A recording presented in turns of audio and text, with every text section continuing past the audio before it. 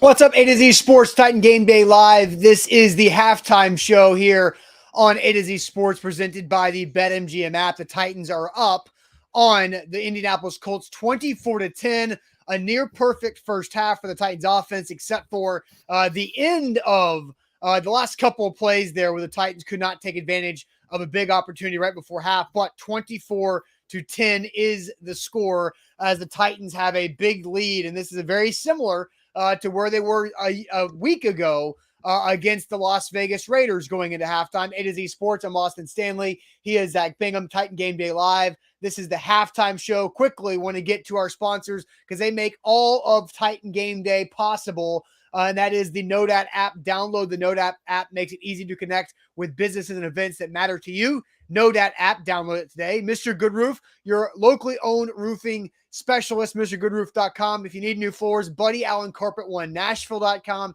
is where to go. You need to download the Crumble Cookies app and as well as the BetMGM app.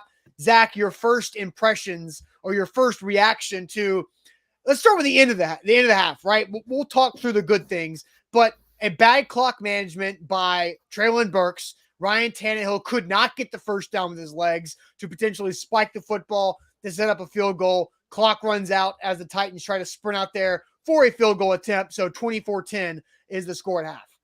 Yeah, it's, you want the good news or the bad news first. Let's do the bad news first, and then we'll talk the rest about the good news because there's a lot of good news coming out of this half. Yeah. The three bad things, Derrick Henry's hands, that's obviously something that needs to improve. He was working on the sidelines. The Treylon Burks hold that wasn't really a hold, right? They called that touchdown. So I can't even put that in the mix, but this time management at the very, very end. You got to get points. This should be 27-10, and you should have a near perfect first two quarters of play in Indianapolis. Ryan Tannehill's got to get rid of the ball. You're in traffic, so it's hard to kind of criticize in that realm. And then, they almost got it off. That was almost a rushing that's a good special teams. Hey, we need to go get the guys that need to be on the field on there to kick a field goal. So, it's unfortunate that you kind of end the second quarter on a slightly sour note, but it tasted, it was beautiful for really 2 quarters of play in Indy. They were hitting on all cylinders, taking advantage defensively. Derrick Henry is running all over the Indianapolis Colts. This is the King show, not Jonathan Taylor's barn. And Ryan Tannehill's been able to find multiple targets. You love how this offense and defense are playing. So if you just kind of erase those last 10 to 12 seconds of the first half, that is primo. Yeah, well, and I'll respond to like the last, minute of the game of the half there. And I feel like, Zach, the problem is that the Titans were too lackadaisical in midfield, right? Like they wasted plenty of seconds in the middle of the field on that drive to where they were scrambling late. But Treylon Burks make a rookie mistake, tries to get more yards instead of out of bounds. Out of bounds saves a timeout. Now you're at 3rd and 1 with a timeout in your pocket. And then in the situation, Tannehill knows that it's either two options. You throw it for a touchdown, you throw it in the stands, or you run for a first down so you can spike it. And he ran and didn't get a first down. So Tannehill needs to be better, but all of that could have been avoided with more urgency early in the drive. And also Treylon Burks, that's the one that's avoidable, is get out of bounds. Like you got to know and to get out of bounds. Rookie in that game situation. Knowledge, rookie awareness. And the hold on Burks from earlier, like that's a complete joke of a call there. I don't understand that. But let's talk about the good, guys, because Zach, we talk about this in the pregame show. We want free donuts. Zach, Derrick Henry's got 99 yards. Everybody, all we need is one sprinkle away. Away. Let's just 2 yards, just for a little bit of clarity, just to go over 100. But all we need is a one more carry for Derrick Henry to get 100 yards, and we all get free donuts at Fox's Donut Den in Green Hills. Go check out our guy Norman Fox. He's locally owned and operates Fox's Donut Den right there next to Hillsborough High School. When Derrick Henry runs for 100 yards, everybody gets a free donut the next day just by talking about the King going over the 100-yard mark. So one more yard away, but let's talk about Derrick Henry. Yeah, he dropped a couple passes, but the screen pass works, and he is just running with a different type of attitude than we've seen him in this season, right? He feels like he's back. And this is really impressive for him, is that I saw after the touchdown that got called back, Zach, from Derrick Henry, he took his helmet off and he was jawing in the Colts stands. You feel like Derrick Henry, this game means a lot to him, the first time being back on this turf where he broke his foot last year. I think not only that, but also on the other side, Jonathan Taylor and the success and the rushing crown that was taken away from him due to that injury by Jonathan Taylor. So I do think that there is again, a king wants to rule his throne, and his throne is that rushing title. I think he takes pride in that. I also obviously think that he takes pride in being the main guy of this offense, the straw that stirs the drink. And, he's upset at himself. He's got to catch that ball, because I think this is what Todd Downing has found out early in this football season. When, in fact, Derrick Henry catches the football in space, he is dangerous. He's very dangerous. And I even like Derrick Henry on those turnaround midfield 7-yard, basically like turn around, catch the ball, and then all of a sudden bound towards the first down marker. I'm sure Tannehill likes that too. But you got to catch the football. And I think, he's run very effectively. When the Titans offense is going, Derrick Henry is going. That's why they have 24 points. But Austin, I think you said it best at the very beginning of this halftime show. Do I have deja vu? And I'm not talking about downtown Nashville. Do I have deja vu? 24-10. That sure seems familiar from last week. And it came down to the wire because the Titans opened the gate for the Raiders to get back in. Can they shut that gate in the third and fourth quarter today to close out a divisional foe? Yeah, and they have to. They absolutely have to. A to Z Sports Live here on our halftime show. It's imperative because they can't allow Jonathan Taylor to gas you. Right now, your defense, the Titans defense, is all over Matt Ryan. I feel like Matt Ryan's going to pull a hamstring or a groin every time he rolls out of the pocket to his left because he's having to run for his life.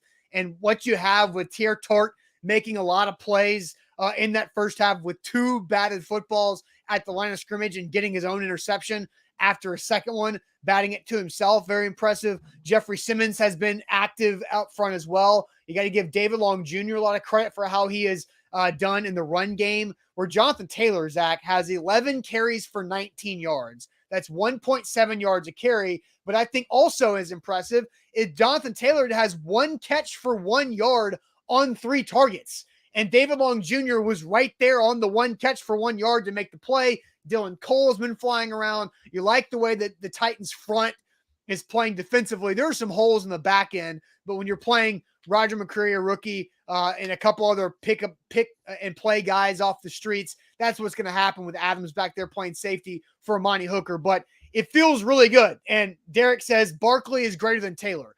Well, you can't let Jonathan Taylor do what Saquon Barkley did to you in week 1, the second half. And I think that's what you're getting at. Yeah, and look, Xavier brings up that Tier Tart play was an extra shot of espresso. Get your Pop-Tarts ready right there. What a play by Tier Tart to single-handedly, change again the momentum of this game. The sack by Danico Autry, and I tweeted this. We talked about Matt Ryan with up front interior pressure in his face, at his feet. It takes away what Matt Ryan has honestly kind of made his living in his career on, of stepping into the pocket, downfield throws, and targeting his wide receivers. They made him very uncomfortable early on, and that's carried over. They got to carry that over into the second half. You mentioned that Giants game. They were getting after Danny Dimes, Daniel Jones in the first 2 quarters of play, sacking him, and then all of a sudden they didn't get right with their rush lanes defensively. They got to know that Jonathan Taylor is a threat. Jeffrey Simmons said it this week. It starts with 28. It still starts with 28. They can't get comfortable to get the Colts on the good side of the momentum in the second half. Right. All right. Let's ask this question, okay? Let's ask everybody, what's your confidence level in the Titans beating the Colts with where this game is at? What is your confidence level in the Titans beating the Colts? It's a 1 through 10. So 1 means you think the Colts are going to win. 10 things you got the Titans have this in the bag. So what's your confidence level in the Titans beating the Colts in this game. Zach, I'll send you to the comment section here in a second, but thanks you to all of our sponsors. Apps you need to download. One, the Nodat app. Do that today. The Crumble Cookies app, and of course, BetMGM app. Download that and use our code ATOZ Sports. And then also checking people out to upgrade your home with MrGoodRoof.com, your locally owned roofing specialist at MrGoodRoof.com. Also, Buddy Allen, Carpet One, Nashville.com for your new flooring. So you're inside and you're outside at your home taken care of here on Titan Game Day Live. Zach, what are the chat saying about the confidence level? I see a lot of comments flying in right now, too.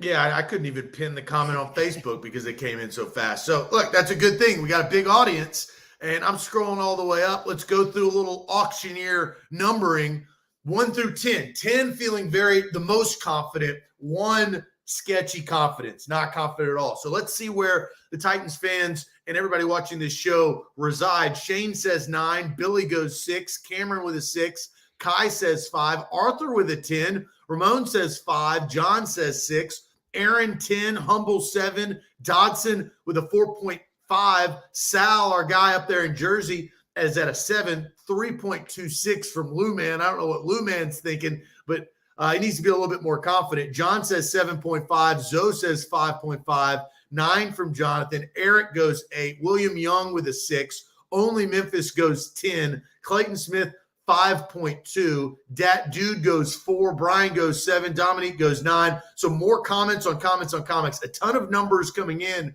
Where are you at, Austin, 1 through 10, now that the Titans lead 24-10, just like they did last week, but this week in Indy against a divisional opponent?